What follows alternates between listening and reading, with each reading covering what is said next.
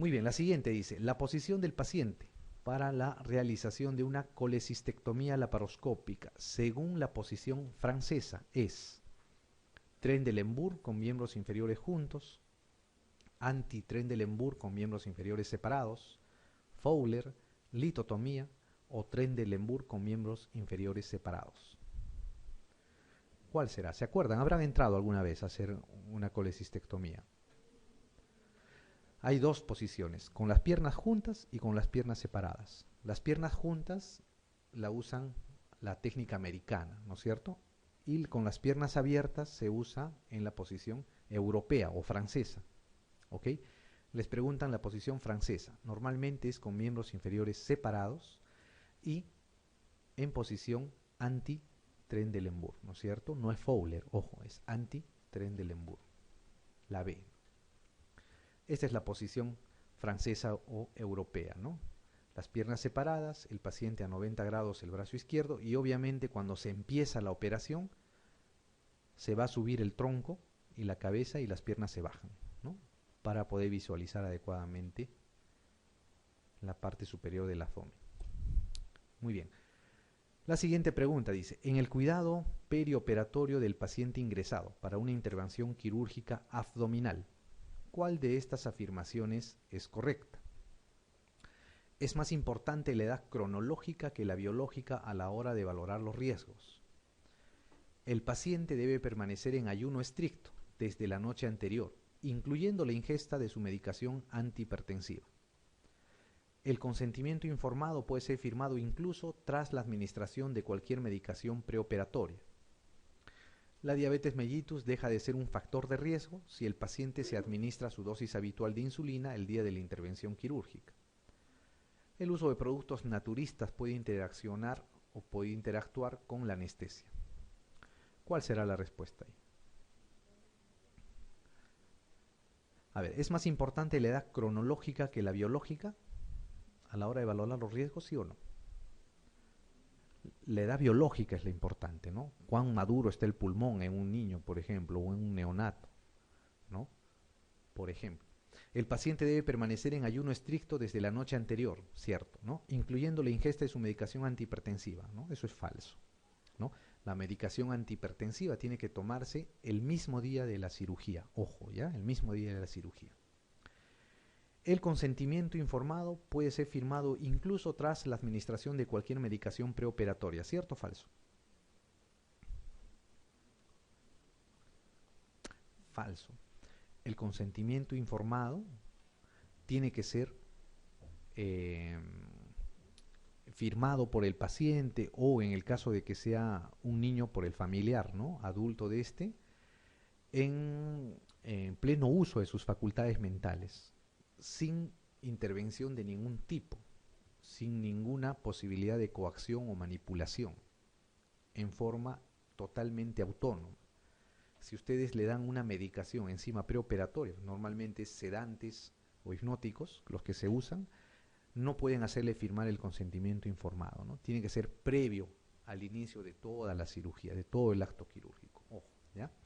La diabetes mellitus deja de ser un factor de riesgo si el paciente se administra su dosis habitual de insulina el día de la intervención quirúrgica, ¿cierto o falso?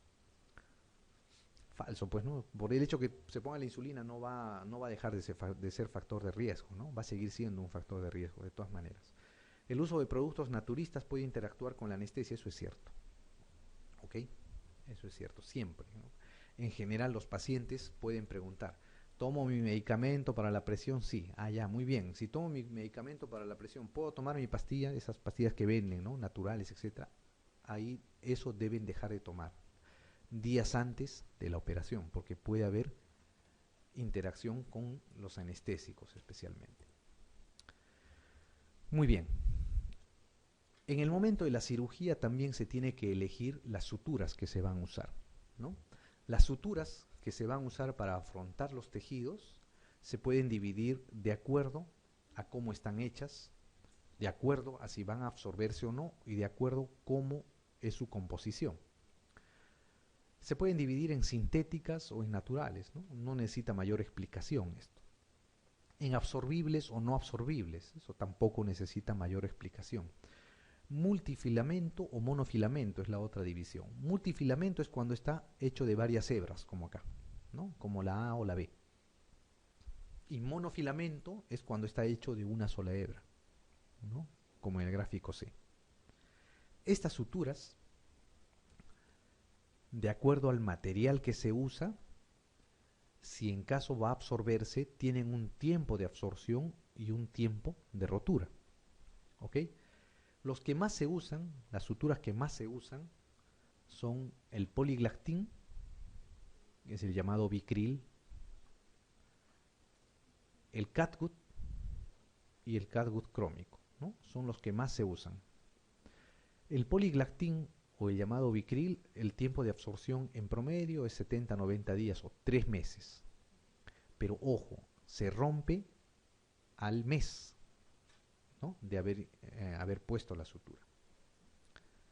La polidiaxona es hasta 190 días el proceso de absorción, hasta los 60 días el tiempo de ruptura. El poligecaprona o monocril hasta 125 días de reabsorción y 21 días hasta el día de ruptura. El colágeno, o sea, el catgut, que es de colágeno artificial, el tiempo de absorción es de 6 a 7 días, ¿no? El catgut simple. Y se rompe entre los 5 y los 10 días también. ¿Ok? No se olviden. El Vicryl o el poliglactín es 3 meses. El catgut simple, 1 semana. Y el catgut crómico o el catgut cromado es 3 semanas. ¿Ok? El periodo de absorción. Esos 3 datos tienen que recordar. Los materiales que más se usan en las suturas no absorbibles son el nylon y el polipropileno. ¿Ok? El nylon y el polipropileno son, digamos, las suturas monofilamento no absorbibles. ¿Ok? Incluso las mallas que se usan para reforzar las hernias son de este material en general, del polipropileno, ¿no? Y las famosas mallas de Marlex. Okay. La seda y el poliéster, en cambio, son materiales no absorbibles, pero multifilamento. ¿Ok? Multifilamento. Muy bien. La 34 dice, ¿en cuál de las siguientes o de los siguientes procedimientos se considera que la herida operatoria es limpia contaminada? Creo que eso ya lo vimos, ¿no? Exploración de las vías biliares, tiroidectomía, apendicectomía por apendicitis perforada, drenaje de absceso sufrénico o mastectomía. Acá la alternativa era la A, ¿verdad? Bien, la siguiente dice, de los que se citan a continuación, ¿no es cierto? Indique qué material de sutura mantiene su fuerza ténsil por más tiempo. El alambre de acero inoxidable, la seda, las suturas sintéticas y reabsorbibles, las suturas sintéticas reabsorbibles o las grapas. ¿Cuál será?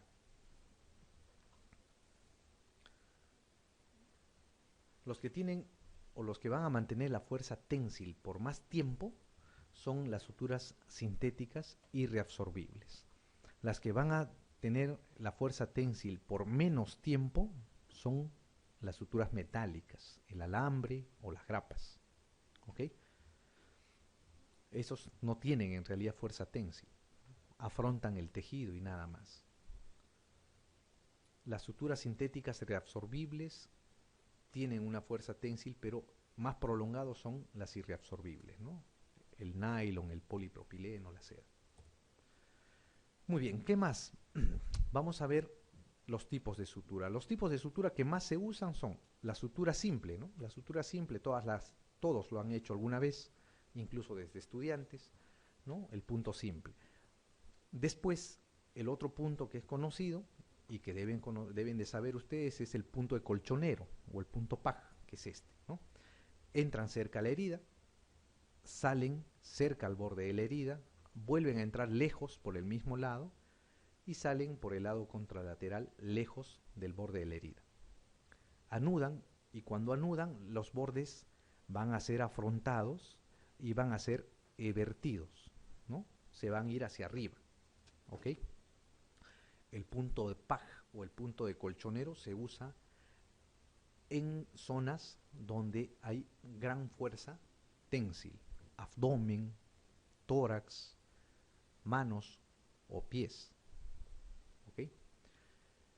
¿Qué otro tipo de sutura deben conocer ustedes? La sutura en bolsa de tabaco o jareta, ¿no? Una de las donde más se usa es en el muñón del apéndice, ¿no? Especialmente cuando la base es precaria, o sea, cuando hay una perforación a nivel de la base, cuando hay una gangrena en la base o una lesión en la implantación del apéndice, sacan ustedes el apéndice y cuando ligan cortan esto, ¿no? No pueden ligar bien. Entonces, ¿qué hacen? Hacen una jareta invaginante o bolsa de tabaco, ¿no? Es una sutura circular alrededor de lo que van a querer invaginar, ajustan y esto va a invaginarse, ¿no? Es una sutura invaginante. Y esta es la sutura de Connell. La sutura de Connell se usa mucho en los segundos planos de aproximación o de sutura del intestino, ¿no? La característica que tiene el punto de Connell es que va a invertir los bordes. A diferencia del PAG, el PAG los evierte. La sutura de Connell los va a invertir. Ok, entonces no se acuerden los 4 puntos que más se usan. El punto simple, el punto de colchonero o punto PAG, la sutura de Connell y la sutura de la jareta, ¿no? La jareta invaginante. La sutura Connell, además que se usa en el intestino, se puede usar, usan mucho algunos los ginecólogos en la rafía del útero, por ejemplo, ¿no? En la cesárea. Muy bien, de ahí viene la pregunta. Relacione los tipos de técnica de sutura con sus propiedades, ¿no? Tenemos a la izquierda el punto de Connell, el punto de pajo colchonero, el punto cruzado en X o la jareta. Y al lado derecho, ¿qué cosa hace, no? Es invaginante, invierte los bordes, evierte los bordes o hace hemostasia. Muy bien. ¿Cuál es el punto que hará hemostasia? El cruzado, en X, ¿no? Cuando ustedes tenían un vasito que está sangrando, normalmente le hacían un punto en X, ¿no es cierto? Entonces, el punto cruzado es el que hace hemostasia. ¿Quién va a ser el invaginante? La jareta, ¿no es cierto? La jareta o en bolsa de tabaco, ¿no? Entonces, la jareta va a ser invaginante. El punto de Connell, ¿invierte o evierte los bordes? Los invierte, ¿verdad? Y el punto pajo colchonero los va a evertir, ¿no? Evierte los bordes, ¿no? Ahí la respuesta es la B, ¿no? A2, B3, C4, D1. O sea, Connell invierte los bordes, el punto PAG va a evertir los bordes, el cruzado va a ser hemostático y la jareta va a ser invaginante. Esta pregunta entró en un examen de residentado, ojo, ¿ya? No se olviden de estos puntitos. Muy bien. Después que sale de la cirugía el paciente, normalmente hay que hidratarlo, hay que compensarlo. Para eso se usan sustancias y se tiene que hacer un balance especialmente del líquido que está entrando. Entonces, acá viene la pregunta que nos va a, digamos, a inducir al tema, ¿no? Dice, paciente varón de 30 años, sufre un accidente de tránsito, presenta hematocrito de 20 y se encuentra en shock hipovolémico. ¿Qué fluido debe administrarse? Coloides, cristaloides, sangre total, paquete globular o plasma fresco. ¿Qué le darían a este paciente? Cristaloides, ¿no es cierto? En general se usa cloruro de sodio como solución isotónica. Muy bien, es un paciente chocado, ¿verdad? Es un paciente chocado, ¿no? En shock hipovolémico, con una anemia intensa. ¿Por dónde se lo pasan? ¿Por vía periférica o le ponen vía central? Por vía periférica, dijeron, ¿no? Por vía periférica, está bien, por vía periférica. Le ponen 2, 3, 4 vías periféricas, las que sean necesarias. De inicio, siempre para hacer la resucitación de un paciente, ojo, se tiene que usar vía periférica. La vía central se usa cuando ya la presión se ha o estabilizado o ha subido, ¿ok? Porque la vía central en general se usa más para monitoreo que para resucitación, ojo. Muy bien, en el balance hidroelectrolítico lo que se hace es la sustracción, ¿no? De los ingresos menos los egresos y les va a salir un balance positivo o negativo. Los ingresos son la vía oral, los líquidos endovenosos y el agua endógena, ¿no? El que se produce por el metabolismo de los carbohidratos, los lípidos, etcétera, en el cuerpo. Y los egresos son la diuresis, la deposición y la sudoración. Y existen también las pérdidas insensibles, ¿ok? Que se da a través de la respiración, cuando se hace una laparotomía y quedan los intestinos abiertos por evaporación, etc. O sea, la que no se ve, por eso se llama pérdidas insensibles. El agua endógena, la que se produce del metabolismo, en general se produce de la siguiente manera, ¿no? 100 gramos de carbohidrato producen de 50 a 55 mililitros del líquido.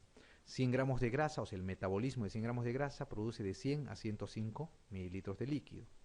Y 100 gramos de proteínas producen de 40 a 45 mililitros de líquido. En general, el promedio de la producción de agua endógena en 24 horas es 350 mililitros para un paciente promedio de 60 kilos. ¿Ok?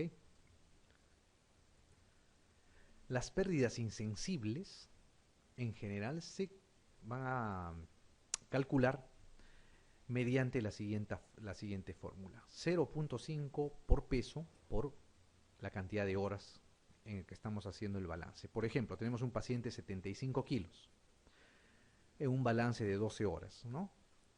75 kilos por 0.5 por 12 sale 450 mililitros. Eso es lo que va a perder de manera insensible el paciente, ¿no? Especialmente por la evaporación y por la respiración. Existen pérdidas insensibles extraordinarias cuando hay una sudoración profusa, mediana o leve, ¿no? Cuando hacen ejercicio, por ejemplo, los pacientes, o cuando hay una fiebre y el paciente hace la termólisis sudando, haciendo sudoración profusa, ¿no? Si hay sudoración profusa, más o menos se pierde 600 centímetros cúbicos por hora. Si es mediana, 300 centímetros cúbicos por hora, y si es leve, 100 centímetros cúbicos por hora. La temperatura también va a alterar las pérdidas insensibles. Se pierde 6 centímetros cúbicos por cada grado de temperatura sobre 37 grados. La respiración también va a incrementar las pérdidas insensibles. 1 centímetro cúbico por cada respiración sobre 20 de la frecuencia respiratoria por hora se va a perder. ¿Ok? Entonces, ¿qué van a recordar ustedes? Que las pérdidas insensibles van a ser alteradas por la sudoración, por la temperatura y por la respiración. ¿Ok? Esos tres factores van a alterar las pérdidas insensibles. Existen pérdidas insensibles durante el acto quirúrgico también.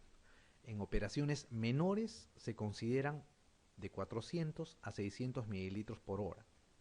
Y en las operaciones mayores de 800 a 900 mililitros por hora. Estas pérdidas insensibles durante el acto quirúrgico deben ser repuestas por el anestesiólogo, ¿ok? En su balance hidroelectrolítico. Muy bien, la pregunta 38 dice, señale lo correcto respecto al balance hidroelectrolítico.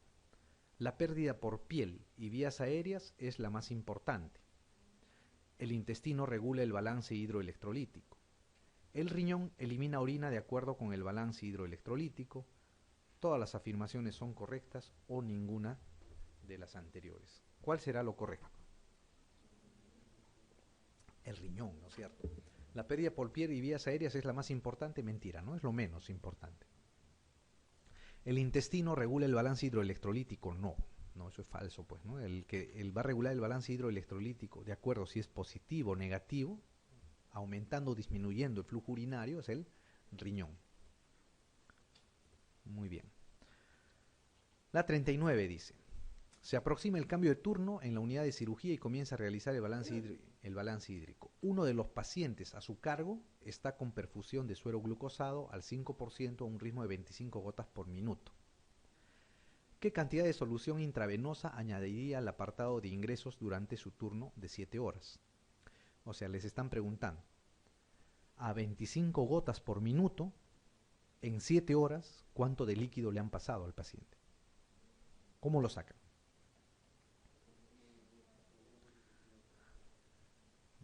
Muy bien, multiplicando nada más, ¿no? Sencillo. Bueno, ahí está la respuesta, pero esto quería mostrarles primero. Si van a dar 25 gotas por minuto, En una hora darán 25 por 60, ¿no es cierto? En 7 horas darán 25 por 60 por 7. Ok, eso les da 10.500 gotas en 7 horas. El único truco acá está saber cómo convierten las gotas a mililitros. ¿Alguien sabe? Eso, ¿no es cierto? 20 gotas hacen 1 mililitro. Entonces, dividen nada más 20 entre esta cantidad y les va a salir 525 mililitros. De esto no se olviden, ¿ok? 1 mililitro va a tener 20 gotas, ¿ok? 20 gotas. Lo otro, a grosso modo, 14 gotas por minuto hacen 1 litro en 24 horas, ¿ok? 1 litro en 24 horas. Muy bien, la siguiente dice, cuando se administra sangre, se puede utilizar un sistema de transfusión de sangre en Y para conectar la sangre y un suero. ¿Qué tipo de solución endovenosa debe usarse para no dañar los componentes sanguíneos? Glucosado al 5%, salido al 0.9%, glucosalino al tercio, bicarbonato a 1/6 molar, dextrano al 40%. Los tubos la conexión en Y se usa cuando se transfunde, por ejemplo, para evitar que se coagule la sangre. Entonces, le pasan 100 mililitros y después abren un poco para que entre algo de suero fisiológico o alguna solución que esté acompañándolo a la sangre. Vuelven a cerrar y siguen pasando la sangre. O hay veces el tubo, la conexión en Y sirve para que pasen los dos a la vez, ¿no? Para que no se coagule, para diluir un poco la sangre que está entrando, el paquete globular, por ejemplo, ¿no? Para que no se coagule o no se obstruya en el abocado o la bránula. ¿Qué sustancia deben usar para preservar los componentes sanguíneos? ¿Qué usarían? ¿Cuál? Usarían la solución que más se aproxime a la osmolaridad plasmática, ¿no es cierto? Para no diluir mucho la sangre. Recuerden, si usan una sustancia isoosmolar no va a pasar nada. Si es una sustancia hipoosmolar, ¿qué va a pasar? Y si es una sustancia hiperosmolar, ¿qué cosa va a pasar? Si la sustancia o el líquido hiperosmolar que pasan es hiperosmolar, lo que va a hacer es va a jalar agua de dentro del glóbulo rojo, ¿no es cierto? Va a producir hemólisis. Si es hipotónica o hipoosmolar, va a producir lo contrario, va a producir hemólisis también. Entonces, normalmente por eso se usa una solución isotónica. De estas, la solución isotónica, ¿cuál es? La B, ¿no es cierto? El salino al 9 por mil. En general, siempre la sustancia diluyente universal es el suero salino, ¿ok? Para todo. Muy bien, la siguiente dice, la solución intravenosa recomendada para el mantenimiento de un paciente diabético sometido a cirugía gastrointestinal, en el que se prevé varias horas de ayuno es glucosalino al medio normal, salino al 0.9 por mil, glucosa al 5% en agua destilada, salino hipertónico o solución polielectrolítica. ¿Cuál usaría? Un paciente diabético que va a estar en ayuno por varias horas o de repente más de un día, ¿no? La glucosa, ¿no es cierto? Al 5%. Muy bien. ¿Por qué la glucosa? Ojo, ¿no? Está bien la respuesta. Hay muchos ya médicos, ¿no? No tanto se ve eso en cirugía, pero sí se ve en colegas clínicos que no ponen suero glucosado a los pacientes porque dicen que se les va a elevar la glicemia, ¿ok? Y lo van a ver ustedes. Siempre se usa la glucosa al 5% para dos cosas. Uno, evitar el catabolismo proteico por el ayuno, y en diabéticos principalmente para evitar la hipoglicemia, ¿ok? Que es mucho más peligrosa y riesgosa, peor en un paciente posoperado que la hiperglicemia, ¿no? Si se le sube la glucosa, se le pone insulina y se la baja, no hay ningún problema. El problema es si hace hipoglicemia, ¿no? El paciente puede entrar en coma y puede fallecer, que es mucho más peligroso. Entonces, la respuesta siempre a un diabético se le tiene que poner dextrosa, ¿ok?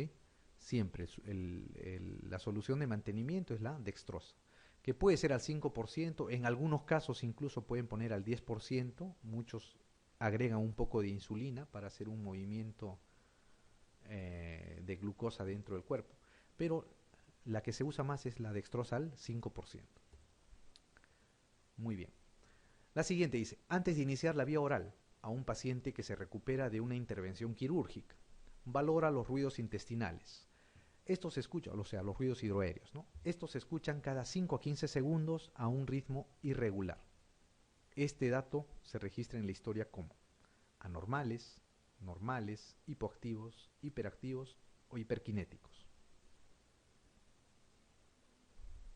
Eso es normal, pues, ¿no?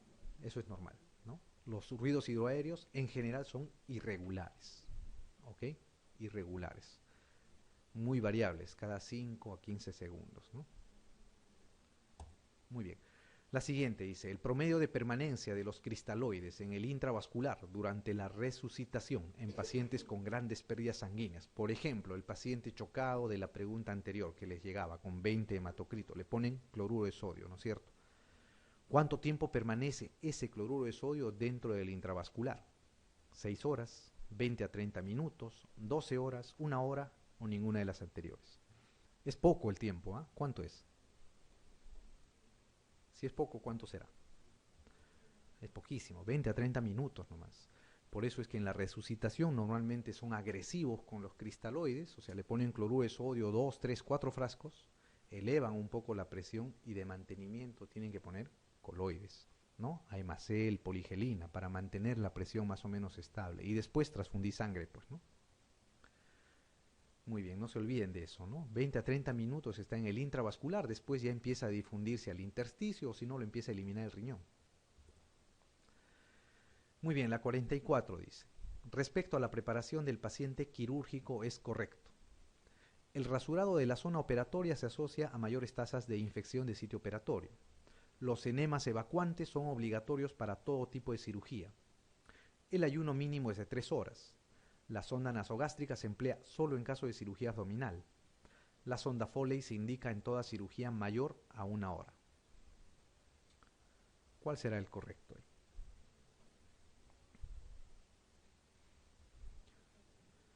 A ver, lo más incorrecto, ¿cuál es?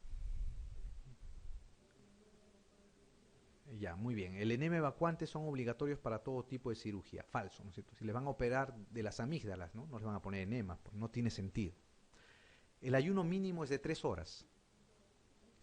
Mínimo es 8, ¿ok? Mínimo es 8 horas. Muy bien. La sonda Foley se indica en toda cirugía mayor a 1 hora. ¿Cierto o falso? Si es mayor a 3 horas, debe tener sonda Foley. O, si se va a trabajar en la pelvis, debe tener sonda Foley. Así dure 15 minutos la operación.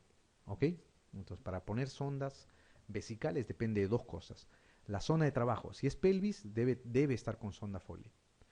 Si es que va a durar más de 3 horas la operación, indefectiblemente debe tener sonda Foley. ¿Ok? Muy bien. Les queda, la sonda nasogástrica se emplea solo en caso de cirugía abdominal. ¿Cierto o falso? No solo en cirugía abdominal, ¿no? Se puede usar cuando se hace cirugía torácica, por ejemplo. ¿Ok? Se puede usar cuando se hace neurocirugía. ¿Por qué? Porque probablemente el paciente va a estar en coma inducido y va a requerir alimentación enteral después de la operación. Entonces, no solamente es en el caso de cirugía abdominal. El rasurado de la zona operatoria se asocia a mayores tasas de infección de sitio operatorio, eso es cierto, ¿no? No se debe rasurar la zona operatoria, ¿no? Salvo si molesta mucho los vellos, se puede hacer el rasurado inmediatamente antes de realizar la incisión, ¿ok? Antes de empezar la operación. O se puede hacer un corte, ¿no? Con tijera. Pero el rasurado produce lesiones, microabrasiones en la piel y eso predispone a las infecciones. Entonces, es un factor de riesgo para las infecciones el rasurado. Muy bien, la 45 dice, ¿cuál de los siguientes principios básicos de la asepsia quirúrgica no es correcto? Todos los objetos usados en un campo estéril deben ser estériles. Los bordes de un campo estéril se consideran estériles. Los artículos estériles situados por debajo de la cintura no deben considerarse estériles. Los objetos estériles pueden dejar de serlo por una exposición prolongada al aire ambiental. Los objetos estériles dejan de serlo cuando se tocan con objetos no estériles. ¿Cuál no es correcto? La B, ¿no es cierto? Los bordes de un campo estéril se consideran estériles. No, pues, ¿no? Obviamente, los bordes están en contacto con zonas que no están esterilizadas. Por ende, no se consideran estériles. Muy bien. Les podrían preguntar por ahí, ¿cuál es la distancia mínima entre un objeto no estéril y el campo estéril que se debe mantener para considerar que está estéril? 15 centímetros, ¿ok? Es lo ideal. Menos de 15 centímetros no debe ir, por ejemplo, una mesa de mayo, no debe estar más cerca o no debe estar muy cerca a la máquina de anestesia o al soporte del suero intravenoso o a la torre de la paroscopía o a la torre de artroscopía o de la cirugía urológica, ¿ok? Tiene que haber una distancia mínima de 15 centímetros. Muy bien, doctores. Eso es todo lo del primer capítulo, ¿sí? Con eso hemos terminado.